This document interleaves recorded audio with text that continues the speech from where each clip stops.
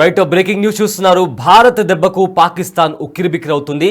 ఇప్పటికే పాకిస్తాన్లో నీటి కొరత ఉండడం వల్ల జనాలు రోడ్లపైకి వచ్చి ప్రొటెస్ట్ కూడా చేస్తున్నారు. అయితే పహల్గామ్లో దాడి జరిగిన తర్వాత కొన్ని కీలక అంశాలపై భారత్ ఇప్పటికే నిర్ణయాలు తీసుకుంది.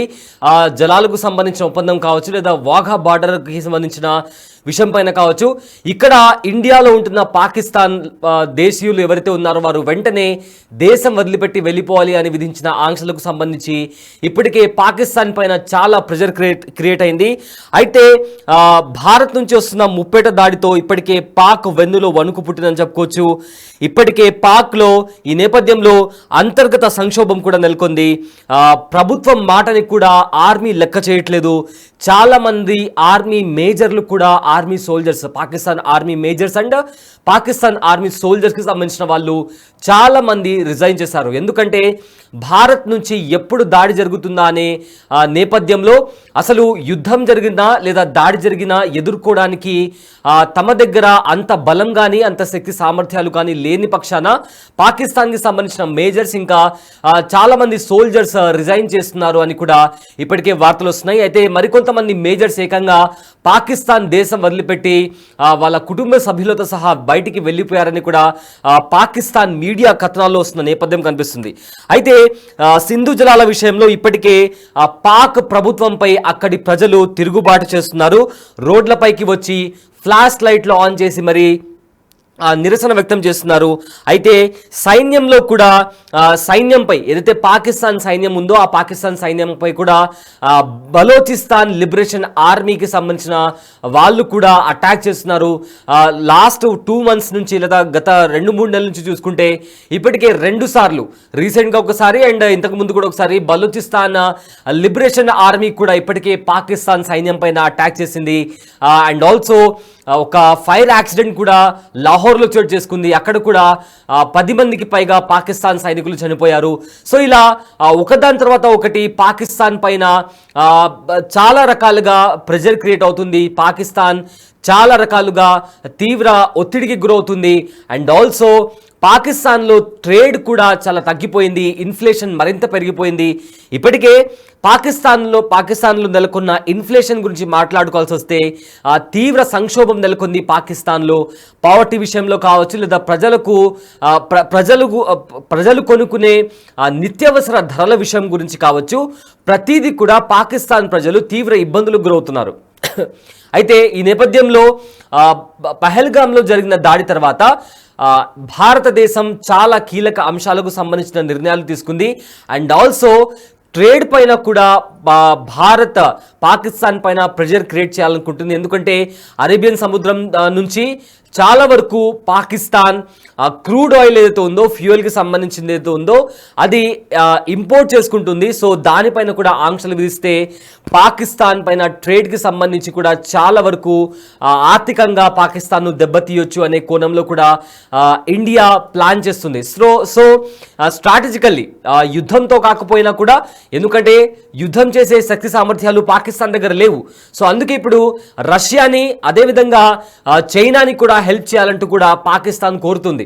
సో అదేవిధంగా ఎలాంటి దాడి చేసినా కూడా ఎల్ఓసి దగ్గర కూడా ఇప్పటికే కాల్పుల ఒప్పందం ఉన్నప్పటికీ కూడా మనము పహల్గామా దాడి తర్వాత ఇప్పటికే 4 సార్లు పాకిస్తాన్ కవ్వింపు చర్యలకు దిగింది.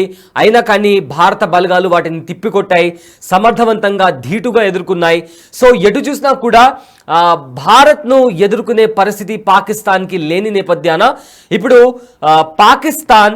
పాకిస్తాన్లో ప్రజలు తిరుగుబాటు చేస్తున్నారు, నిరసన వ్యక్తం చేస్తున్నారు. నీళ్లకు సంబంధించి ఇప్పటికే చాలా కొరత పాకిస్తాన్లో నెలకొంది. ఇదే నేపథ్యంలో భారత్ విధించిన ఆంక్షల పట్ల కావచ్చు, ఏదైతే సంక్షోభం నెలకొందో అది మరింత ఎక్కువగా ఇన్ఫ్లేషన్కి దారితీసింది. ప్రజలు రోడ్లపైకి వచ్చి నిరసన వ్యక్తం చేస్తున్న పరిస్థితి కనిపిస్తుంది. ఇంకో main important point, Pakistan army Pakistan ప్రభుత్వం మాట వినట్లేదు. చాలాసార్లు కూడా పాకిస్తాన్ ఆర్మీ డామినేషనే కనిపిస్తుంది పాకిస్తాన్ గవర్నమెంట్ కంటే కూడా ఒక చర్చ ఉంది. ఎందుకంటే పాకిస్తాన్లో గవర్నమెంట్ కన్నా ఎక్కువగా మిలిటరీ రూల్ పై కనిపిస్తుందనే కూడా ఒక చర్చ బయటికి వినిపిస్తుంది. ఇప్పుడు కూడా అదే మాట బయటికి వినిపిస్తుంది.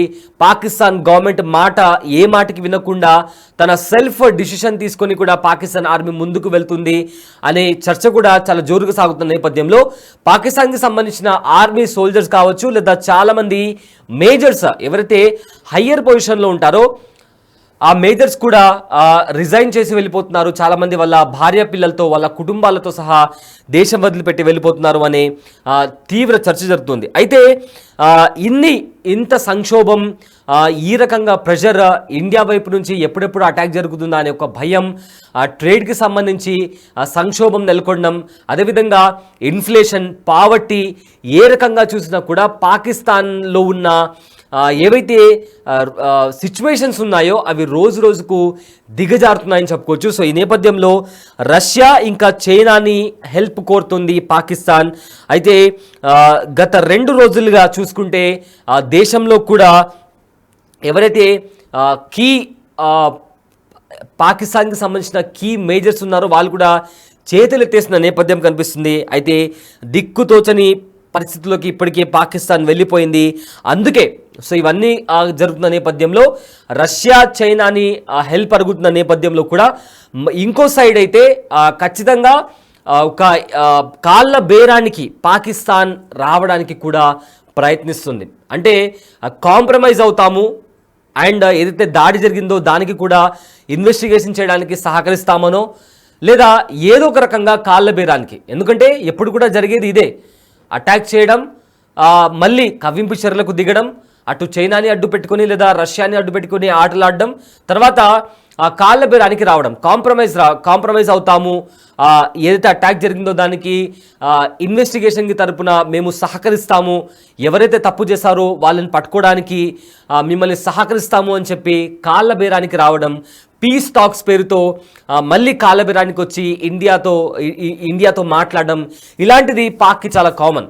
ప్రతిసారి వాళ్ళు చేసే దాడులకు సంబంధించి వాళ్ళు ఫస్ట్ దాడి చేసిన తర్వాత అది మేము కాదు అని చెప్పడం, దాని తర్వాత మళ్ళీ కవ్వింపు చర్యలకు ఎల్ఓసి దగ్గర కాల్పులు చేయడం, అండ్ ఆల్సో దాని తర్వాత రష్యా లేదా చైనా లేదా అమెరికా లాంటి దేశాలను అడ్డుపెట్టుకొని ఇండియాను భయపెట్టాలనుకోవడం. బట్ ఇండియా ఎందుకు భయపడుతుంది? Because India is more stronger than Pakistan. So ఈ నేపథ్యంలో ఏది కూడా పాకిస్తాన్కి వర్కౌట్ అవ్వని నేపథ్యంలో ఖచ్చితంగా పాకిస్తాన్ ఎప్పటిలాగే కాళ్ళ బేరానికి వస్తుంది, కాంప్రమైజ్ అవుతుంది. కాంప్రమైజ్ అయ్యి కొన్ని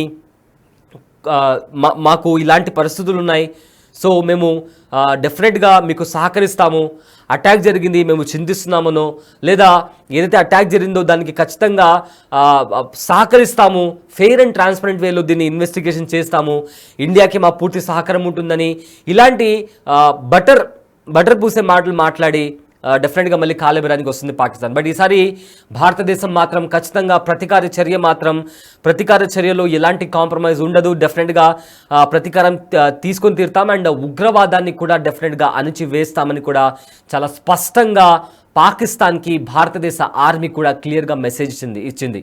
అరేబియన్ సముద్రంలో కూడా యుద్ధ నౌకలకు సంబంధించి కావచ్చు, ఐఎన్ఎస్ విక్రాంత్ ఆర్ ఏదైతే ఐఎన్ఎస్ విక్రాంత్కి సంబంధించి కావచ్చు, లేదా ఇతర ఎక్విప్మెంట్స్కి సంబంధించి కావచ్చు, ఫుల్లీ అప్గ్రేడెడ్ మెషిన్స్తో కూడా ఇప్పటికే అరేబియన్ సముద్రం దగ్గర అండ్ ఆల్సో ఎల్ఓసి దగ్గర భారత బలగాలను భారీగా మోహరించింది భారత ప్రభుత్వం. అదేవిధంగా ఎవరైతే BSFకి సంబంధించిన ఆర్మీ సోల్జర్స్ ఉన్నారో, బార్డర్ సెక్యూరిటీ ఫోర్స్ ఎవరైతే సెలవులు పెట్టి వెళ్ళారో వాళ్ళు కూడా తిరిగి వచ్చి వెంటనే విధుల్లో చేరాలని కూడా, డ్యూటీలో తిరిగి చేరాలని కూడా ఇప్పటికే భారత ఆర్మీ కూడా ఆదేశాలు జారీ చేసింది. అయితే గత 3 రోజుల నుంచి జరిగిన పరిణామాల గురించి ఒకసారి మనం రీక్యాప్ చేసుకుంటే, భారత ఆర్మీకి సంబంధించిన హై ఆఫీసర్స్ ఎవరైతే ఉన్నారో, CDS కావచ్చు లేదా భారత ఆర్మీ చీఫ్ కావచ్చు, వీళ్ళందరూ కూడా ఒక హై లెవెల్ మీటింగ్ కూడా ఆర్గనైజ్ చేశారు. ఒక సుదీర్ఘ చర్చ నడిచింది.